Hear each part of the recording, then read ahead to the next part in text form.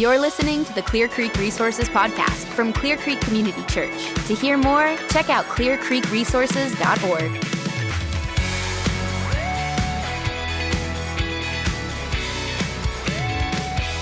All right, well, welcome to the Clear Creek podcast. My name is Tiffany Ravedutti, and I'm here with Poore and Denise Ward. Thank you for joining me, ladies. Sure. Yeah, so we have kind of been in this Marriage Matters series, and we have Mother's Day coming up. And so I want to just talk a little bit today about how those two things kind of coincide in the different stages of motherhood and marriage within that. So, well, first, thank you for being here. So first, just give us a little bit of wisdom about how to invest in your marriage when your kids are still at home and life is busy. I mean, I have 2 elementary age kids right now, and we're in like the end of the year party marathon, and it feels like going from crazy. Like party to sport to something else. And so how in the busyness of this season can we still invest in our marriages? So maybe even a step back before you have kids, invest in your marriage and get to know each other well and enjoy each other and do things that you're going to want to do later and you don't have time because you have kids. So lay a good foundation, I think, when you begin. Faith for me was a really big part of that, and to have that.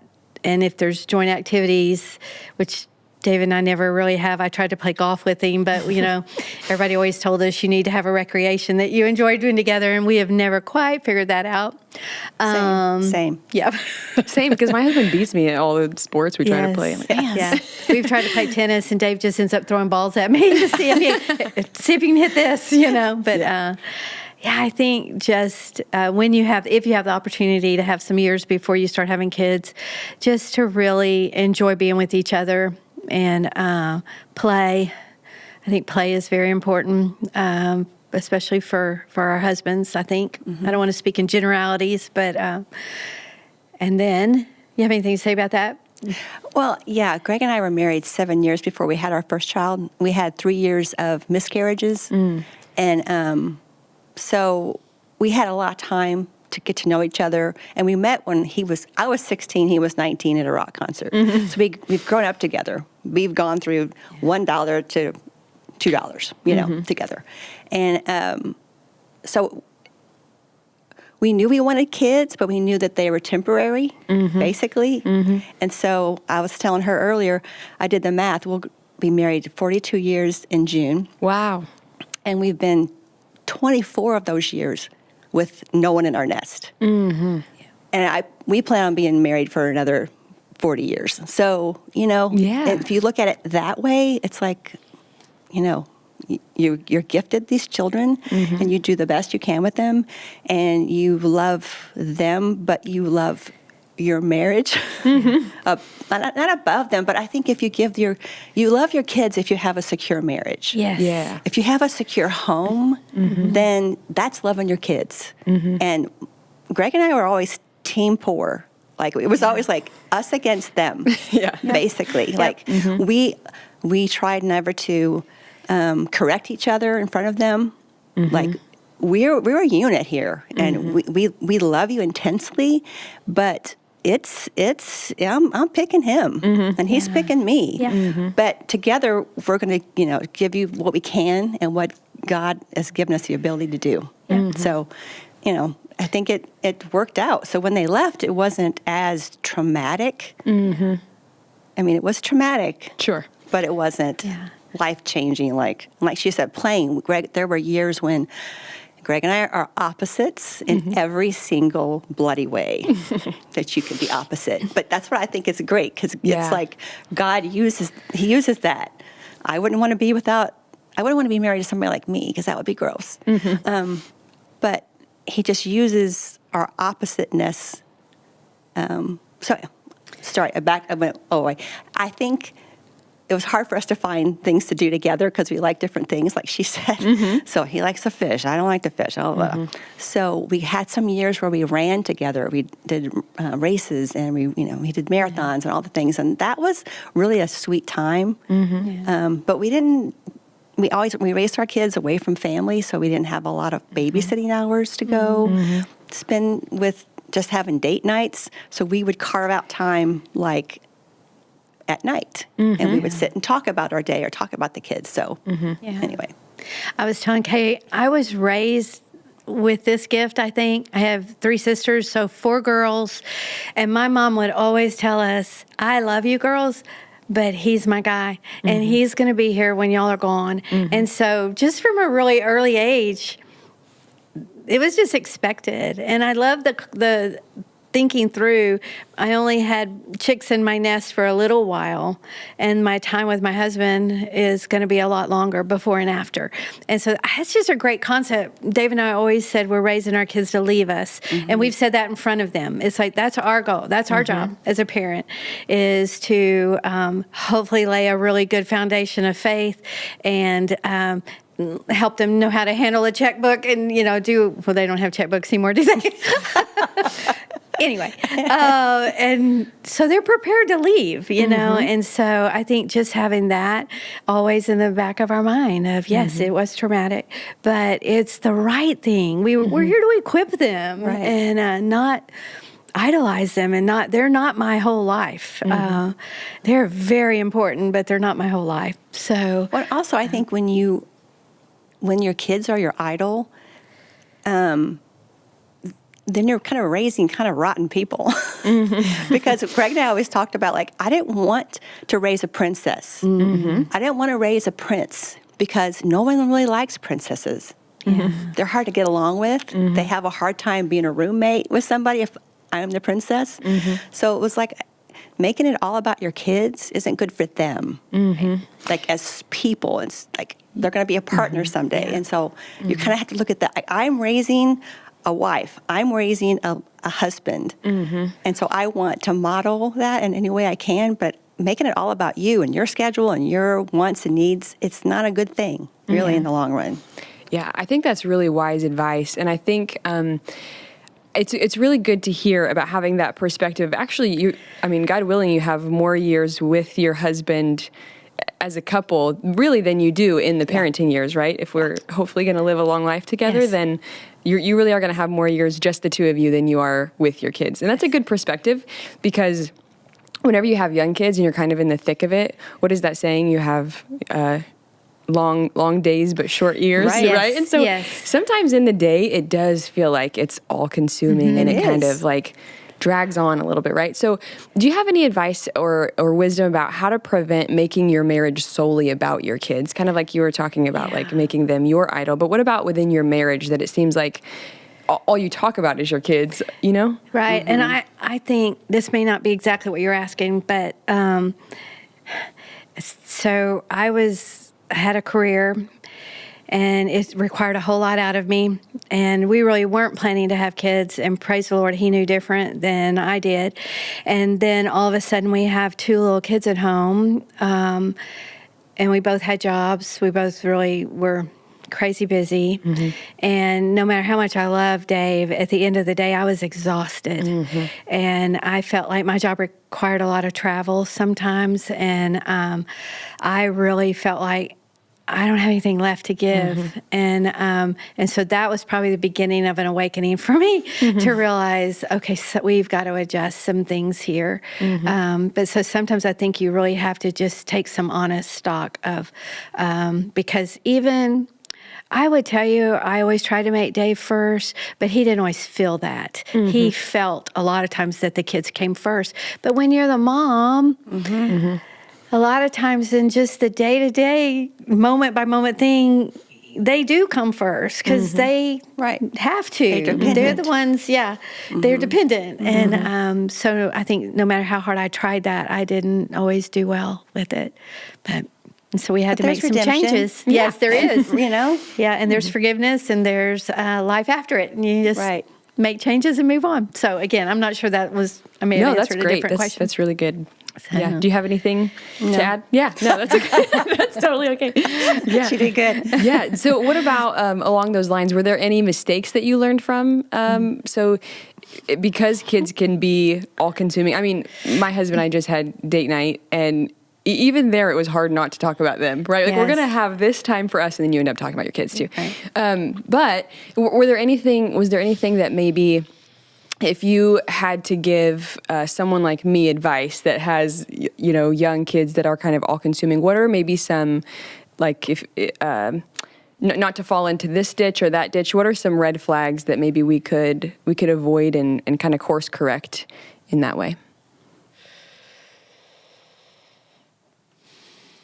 I think just from what I see now, I mean, it's been a while since I've had kids, little kids, is I feel like we get them involved in so many things that we fill up their time. We sign them up for everything because we think that's the best thing for them, and I think that is good for them for certain things. But I think you're the master of your schedule and your family schedule. So looking ahead and carving out, we can do this, this, and this. But as a family unit, what's the best for all of us? So our marriage is in there too. So is it a good balance to just have things and time? Yes. It doesn't always happen. Like Greg and I would always do recaps, or we would okay, so now we're in this season and this has been going on for a while and we're doing this good and this bad. And we'd have to okay, we need to change some things. What's going to happen in the next 5 years? So how can we plan to not all of a sudden you're sitting there with this schedule going, there's no time for anyone. Not even myself, not even, are the kids doing well?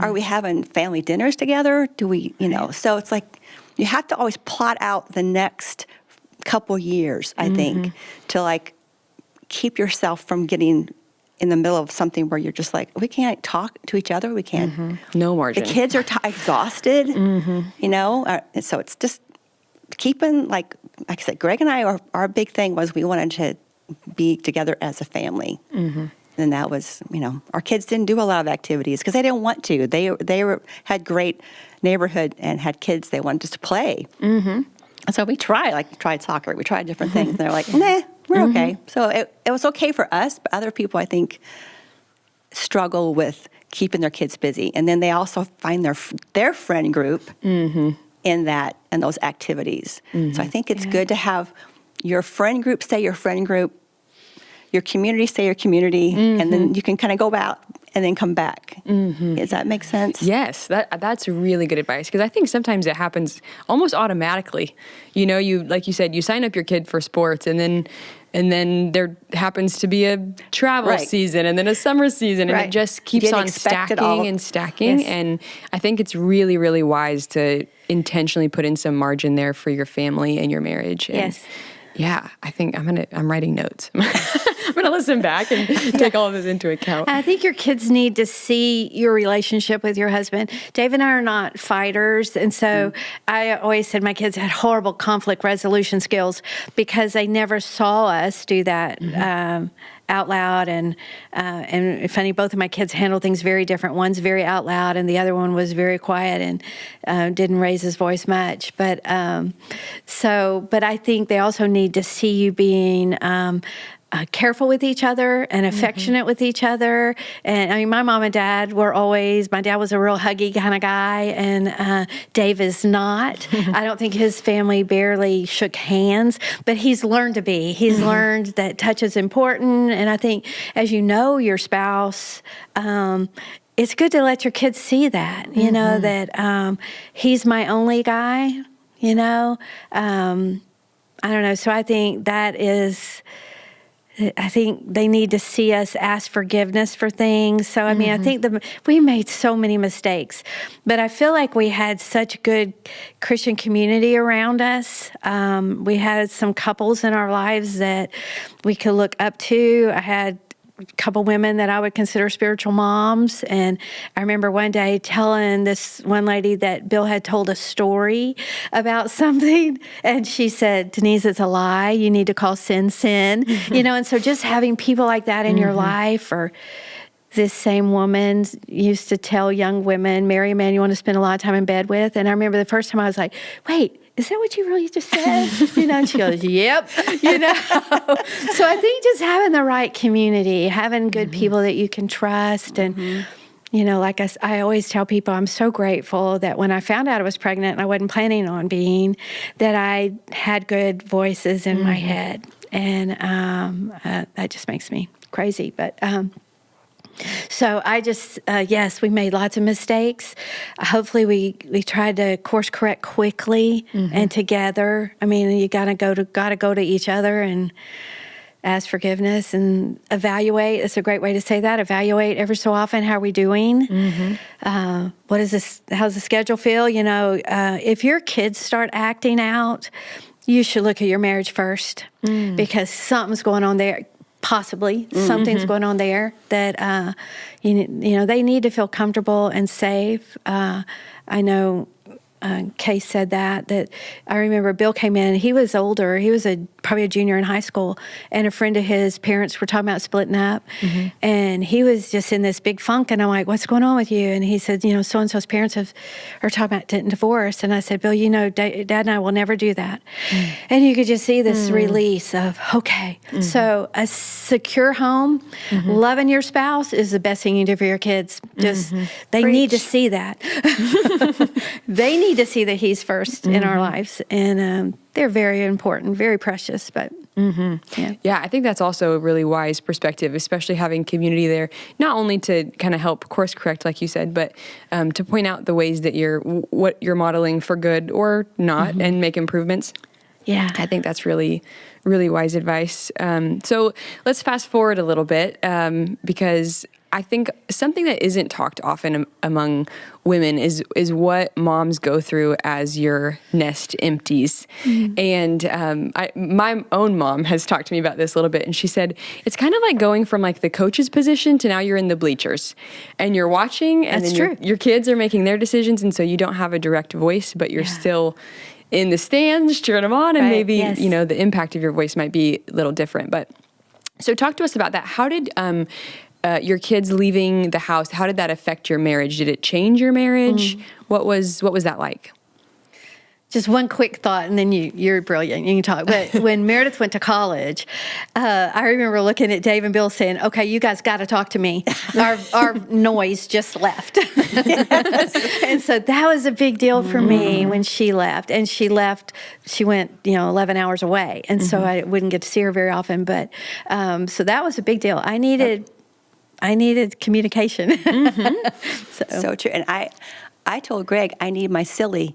Because our daughter, thankfully, met her husband early, got married at 19. She graduated early in December and was married by that November. Wow. I sat at my dining room table one day, and her cap and gown were hanging in the dining room, and her graduation invitations, her wedding invitations were on the table. And I was like, no, she's leaving. Yeah. Like she's leaving. I have no, and she moved to Louisiana. I had no time to process that. She's coming home for a little season. She's going back. She was marrying someone, and he was now in the role that he should be in, not us. And so I remember that was struggled. Sure. But she was my target girl. We would go, she's silly. She's hilarious. We would just spend so much time laughing. Like, okay, I'm gonna get choked up. But it was that. So when she left, and my son was in Afghanistan, so he was already gone, and so it was quiet, and I did not do well with that. And so Greg and I chit-chatted a little bit, and I said, I need silly, and you are not silly, and I don't expect you to be silly. I don't want you to be silly. I love you for you, but I need silly, like dumb stuff. That's what I like. So I have silly friends. I have friends I can be silly and laugh and just, it doesn't matter, but I have friends I can be serious with. Same people. On the subject of friends, I think you choose your friends who are going to push you toward your family. Yes. Push you toward your marriage. Yes. Not pull you away, not. So I have every one of my close friends, she's like, he is your number one. And so girls' nights, they come after I've talked to Greg, and or he's going to go fishing. I'm like, girls' night, I'm free. It's just, so I had to make the switch from my daughter kind of being my person to then finding friends who filled that role, but didn't I didn't want to expect that from Greg. That's something Right, he can't be your all in all. Yes. He can't be your everything. Right. And so God pray for God to bring those people into your life that don't drain him. That you don't drain him expecting all these things to be a girlfriend. Greg cannot be a girlfriend. Right. Yeah, that's great advice. So important, so important. There was a group of women in our neighborhood when our kids were pretty young, but they would walk in the morning together. One by one, they divorced their husbands. Oh, wow. It was so to have people that are upholding your marriage, helping you heal those hurts. I mean, marriage isn't easy, and so things are going to happen. And you need people in your life that are for it, and and not like. You watch what you say to your friends about your husband. Sure, yeah. You watch who you talk about your husband to. Yeah. My mom always said she's like, I could be a safe place because I love Greg probably more than you do. She thought he was pretty awesome. Anyway, so I have to watch that sometimes because, your friends are your friends and they're not his friend, right? Maybe. And so they're going to hear your side and say, girl, Yeah. he's disgusting. You need to get rid of that boy, whatever. And because you're over it the next day, but they're still like, what a jerk. Yeah. He's really a jerk. Some things you just take to the Lord. That's right. Yeah. You don't share all that stuff with your friends, I think. Yeah, I Yeah. agree. That's very true. Very good advice. Yeah. Sorry, this is not about friendship, but That's okay. For women, I think, especially empty nest, you start going like, where, Yes. who? Yeah, and it is a very real struggle. Yeah. I'm in small group with a lady right now that when I first got to know her, she was just all about her kids and very devoted. She didn't idolize them, but very, very much a part of their life. She did a lot of the PTA school stuff and all that stuff, sports, and in a healthy way. But now they're starting to go to college and finish college, and it's been really a blast to watch her open her hands when she would verbally tell you 4 years ago, I am scared to death at this time. What happens? Who will I be? And so right now she's asking the Lord that. What do you have for me now? And because it is scary when you've really your biggest role, your most time-consuming role anyway, has been parenting. And now you don't have that role anymore. I love your mother's analogy, though. You're now in the bleachers, and you get to cheer them on and be their cheerleader, sometimes their advisor, but just to get to watch that. But it is frightening for some women, especially if that's really all they have. And it's easy for your kids to become your identity, I think, right? It's yeah. So I could see why that would be hard. What do you think is the biggest challenge about having your kids leave the nest and sort of like readjusting your marriage after that happens? What's the hard part? Well, this may not answer that question, but earlier we talked about, I wish I had known about menopause and perimenopause because it's about that general time when women start experiencing that stuff. And I feel like that's, when I look back on it, I see things that probably were hormonal. So that, I wish I would have known more about that. So, just being aware of what's fact and what's emotion and hormones, because I think you see a lot of divorces happen when kids go away to college, and I always wonder, like, how was she doing? Was she was she just gone crazy for a little while there?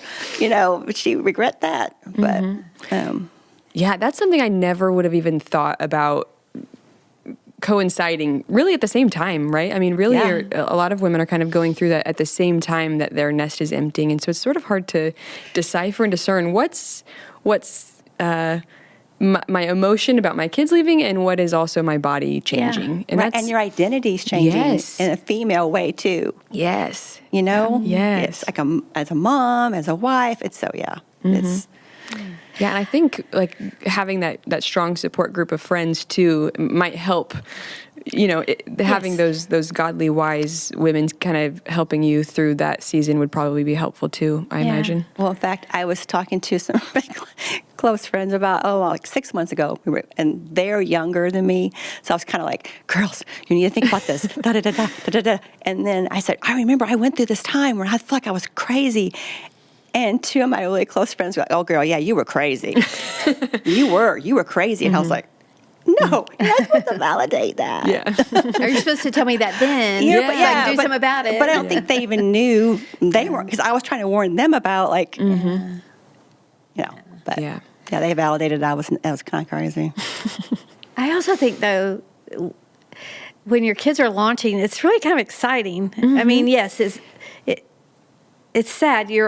My house is quieter, and Dave and I you have more time with your spouse, and so you've got to know, well, how do we use this time? I don't want to just stare at each other. We don't watch a lot of TV.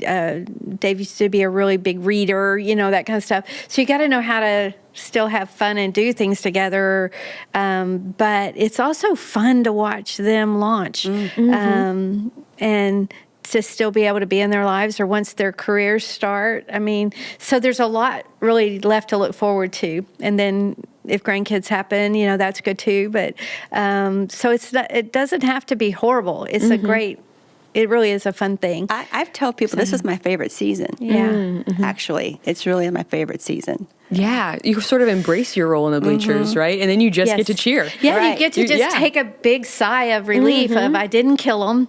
Right. They are, they didn't kill people us. that most people like to be around. Yeah, we still speak English. We always say no jail time, you know. Yes. So there maybe were some close calls. Sure, yeah. Marks of success. Yeah. So I don't think, I remember reading a book when my kids were little that said, don't be afraid of your teenagers. And I want to say, don't be afraid of the empty nest, but do, like we're saying here, prepare for it and know it's coming, but look forward to it. And, there may be, you now have the opportunity to travel some, or you get to do the things you want to do because your weekends are freed up. You're not at a soccer tournament all weekend, or, and so I would say look forward to it. Even when they're little, you're preparing for that. Yeah. What are some ways that you can connect after your kids have launched? So you're talking about traveling, and I don't know, maybe some of those ways that you connected, if we could remember all the way before, right? You had them, but what are some practical ways that couples that are now empty nesters can connect or reconnect after your kids have launched?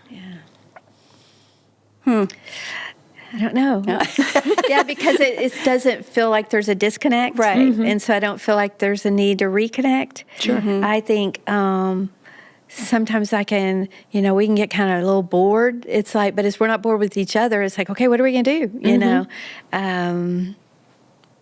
Our life's a little different right now, but, so I don't know. Do you?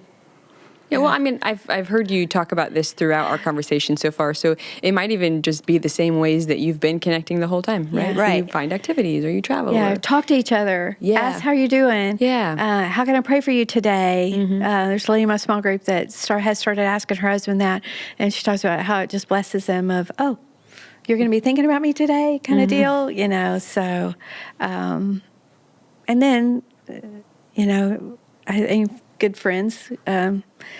I know we talk about small group all the time, but small groups are good, and it's good for, in my world, him to have one and me to have one.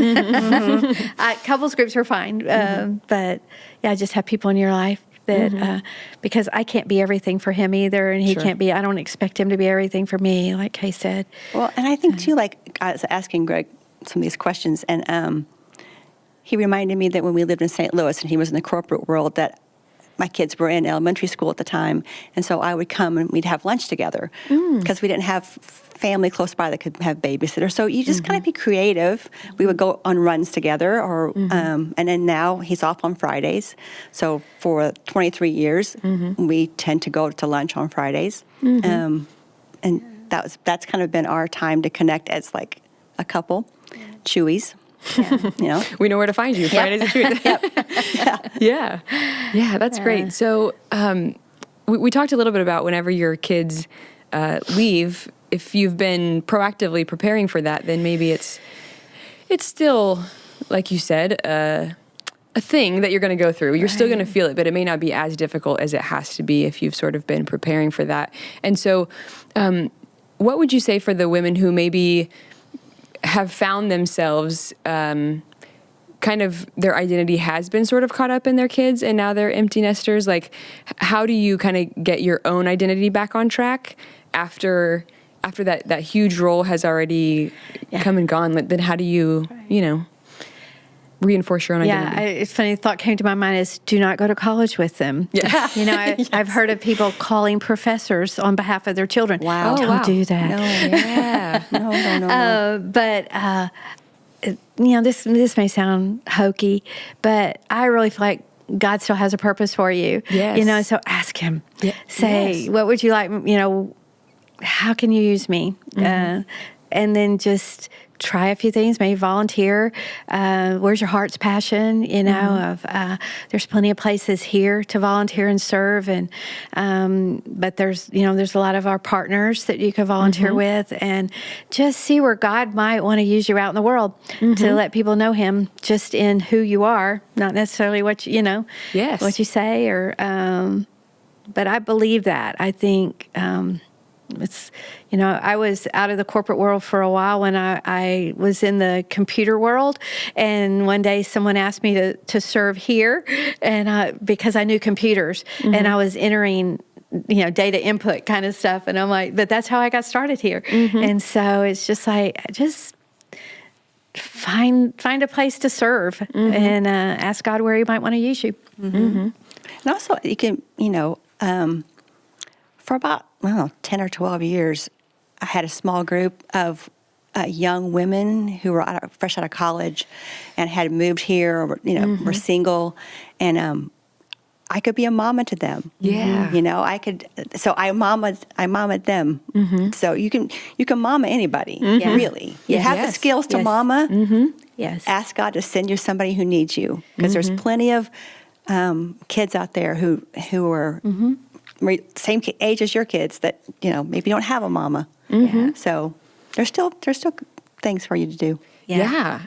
One question I have, because I might not be the typical mom that cried when they sent their kids to kindergarten. I was the one that was like shoving them out of the car door at the drop-off line. I love you girls.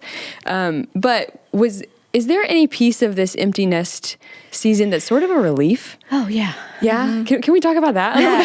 Because that's one of the things Greg said. I said, what do you think? He goes, it was relief. And I'm like, well, it's maybe a male versus female response too. But there is. And also, there's like a little bit of pride, because you're like, I like them. Yes. I like these people that God gave me, and I want to spend time with them, and I miss them because I like them. Yes, that's But there's true. a relief too of just being like, I think they're going to be okay. I think. And I didn't make any life-altering mistakes with them. It's like they've turned out to be good people. Right. And I love the people they married. And now I love their children, And so I think there's huge, it's like, man, we made it. We've launched these kiddos and they are great. They are thriving.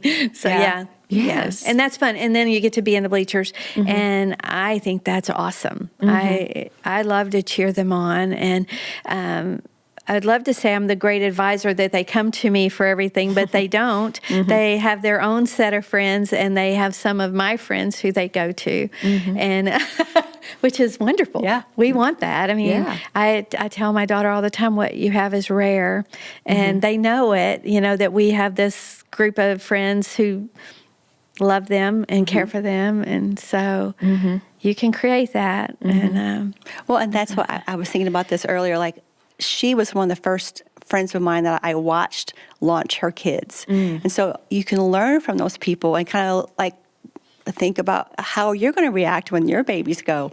But they did such a good job with launching their babies, and we all mourned when Meredith moved away and Bill moved to Europe. And, Bill went to Sweden for a year, and I don't know, were you in my kitchen one Christmas? Yep. And he called in, and we had several families there, and everyone in the kitchen's crying. Right. Oh, yes. But because they love him. And I mean, we used to, before our kids would do things like mission trips or going to college or something, we would gather as families and pray for these kids, circle up, and we have pictures of it. They remember it. And so I would just encourage that for you shouldn't raise your children alone. If you just build community that will help you do that and help correct you and keep you on course, and then to help you launch them. Right. And then bring them back. I mean, Meredith never intended to move back to Lake City, and we are so grateful she did. Yes, we are. But like you, we moved here from Illinois with no family. Right. And so they were our family. And so their kids were our kids' cousins. Yes. And so we did life together a lot. And they still do life together. Yep. So find your people that you can walk through seasons with, even kids that are older, have people older than you or younger, just, I don't know. You can gather as a gaggle. And That's so important. Yeah. I mean, because all of our kids have struggled through stuff. Sure. They did not have perfect lives, and we have prayed for them. Yes, we we have have. prayed for each other's kids, and the kids know each other. They know their struggles. They, so it's community. So when your nest empties, like my Sarah and Susan Wesley's Micah were best friends forever. So we launched them kind of together. Hers went to college. But you just have someone else you can talk to about, all the little mundane things. Yeah, it sounds like community really is a huge piece of all of this. And I mean, even if that changes, like right now, my husband and I love to do small group together because we have young kids, and that's a chance for us to do that together and be studying the same thing at the same time. But I imagine when our nest empties, it might be nice to have I have a small group and he has a small group, right? For a season, sure. Yes, and so even community can change and grow with you, and that's a beautiful gift in and of itself. So there's been a lot of great things, a lot of notes. I'm going to rewatch this and take it back. Good, but so how has your faith affected the way that you parent, and then also how has it affected the way that you're married to your spouse? And maybe those are two separate questions we can talk about. But how in this whole process, how has your faith affected the way that you parent? It's kind of a big question. Kay kind of said this a while ago, but I don't know who spoke this into my life at an early age, that we just hold our kids with open hands. They are the Lord's. And sometimes I have wished that he would give us an instruction manual that told us how he had wired them so we would know how to guide them. That sometimes is so tricky. I could use that right now. Yeah. I think that's probably more of our growth than it is for them. But I think just remember they're his, hold them with open hands, but also to know that it's not our responsibility to get them where he wants them to go. The word says that he will fulfill the purpose for them. And so just to trust him in that. I know how much I've been forgiven, so it's easy for me to ask them for forgiveness when I mess up, and I still have to do that.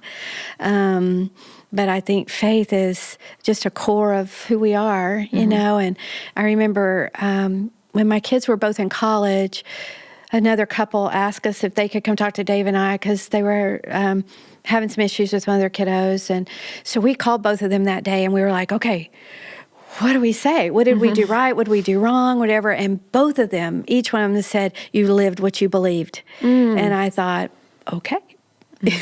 Can't get better than that, baby. And so I think it's just faith was always a very big part of our home. And we always wanted home to be a safe place to pull them out of the world. But we always saw the world as a mission field. And I tell you, some of the stuff I hear that's going on now in schools, I'm not sure I could be as bold.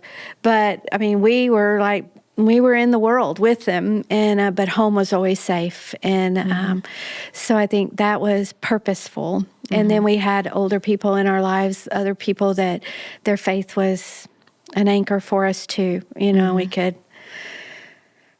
just, not doing it alone, because we need to be reminded all the time that these are his kids. He's going to keep them. So I don't know how I would have done it without faith. Because I remember when I sent, when I sent my oldest off to school, and the school bus, drove away, and Greg followed it behind at the car. But I just remember thinking, I'm sending my babies to the wolves. that's how I felt. I felt like I am sending my babies to the wolves. And I don't think I felt that way when they went off to college or, whatever, because it was kind of like, okay, you're good. But I was on my knees. And I had a list of things I prayed for on my mirror. Yes. Because I was like, you have to protect these babies. Because that's what we put our little wings around them. So Yeah. I used when to they go say, we off- tell them to be kind and gentle, and then we throw them to the wolves. I know.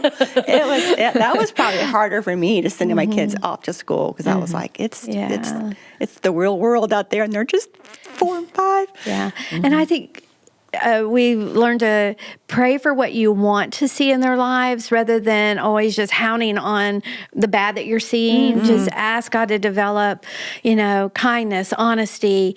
I used to always pray that my kids would love and respect us. And I now pray that for my grandkids, that they would love and respect their parents. Because if they do just those two things, their lives are going to be, a lot more solid.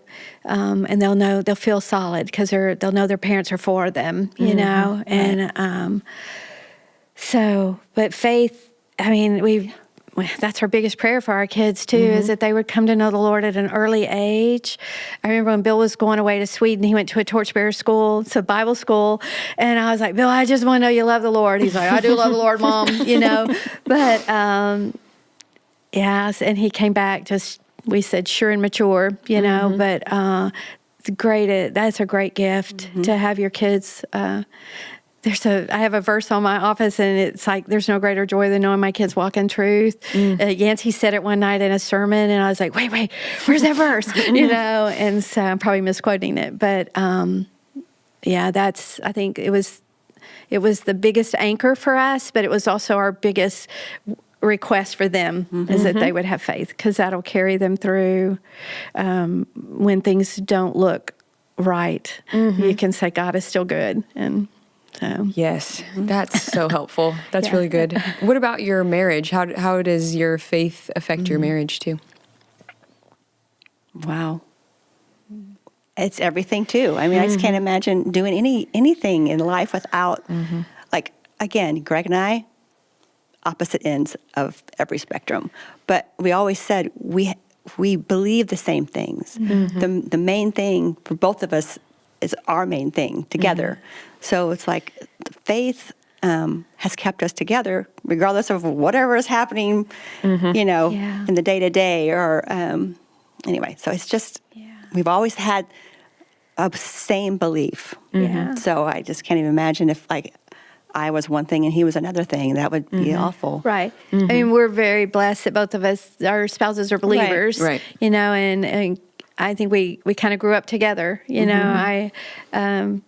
Dave accepted Christ very early on and then just lived life. I would think I was 28 when I actually had a great foundation, but actually gave my life to the Lord then. So, but then almost immediately someone started discipling us, so we really did grow up together in our faith. And I remember one time Dave was talking to some men, and they said, well, what does Denise think about that? And I thought, oh gosh, he's going to listen to me. I need to be careful. And I think we were studying Genesis at the time, and I was like, oh, I don't want to be a Sarah. I got to say the right thing. And so that, even knowing that he listens to me, makes me try to stay close to the Lord, so that what comes out of my mouth is encouraging and nurturing for him. I love to serve my husband. It's not in a mousy kind of June Cleaver way, but I really do. It's a comfortable place for me, and so that probably sounds so old-fashioned, No, it but doesn't. I really do. I enjoyed making a home. Like I said, I was a career woman. I didn't know there was anything. I thought that's what we were supposed to do, and back then, and we were. And I'm glad I had people in my life that said home's important.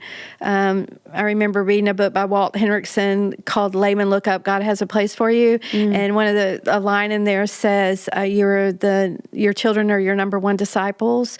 And that's what helped me reorient my life. I thought, okay, I am their disciple maker. And so, I am so grateful for faith, because it is kind of Right. It's the building blocks or the bumpers or whatever for us. But and Dave's always been a very grace-filled guy. He always sees the good. I'm more critical, and so that's been a great balance. And when our kids were growing up, I'd be wigging out on something. He'd be like, Denise, they've made good decisions so far. They will continue making good decisions. So he generally got to be good cop, and I was usually bad cop. So I can't imagine you as a bad cop. Some of that was probably fear. I remember one of Meredith's friends that I prayed for like crazy for salvation, and really I was praying just that Meredith would be protected. And all these girls did come to faith. We were talking about them the other day. So it is scary when you let your kids out in the world, but you want them to have an impact, but you want them to be safe too. So. Right.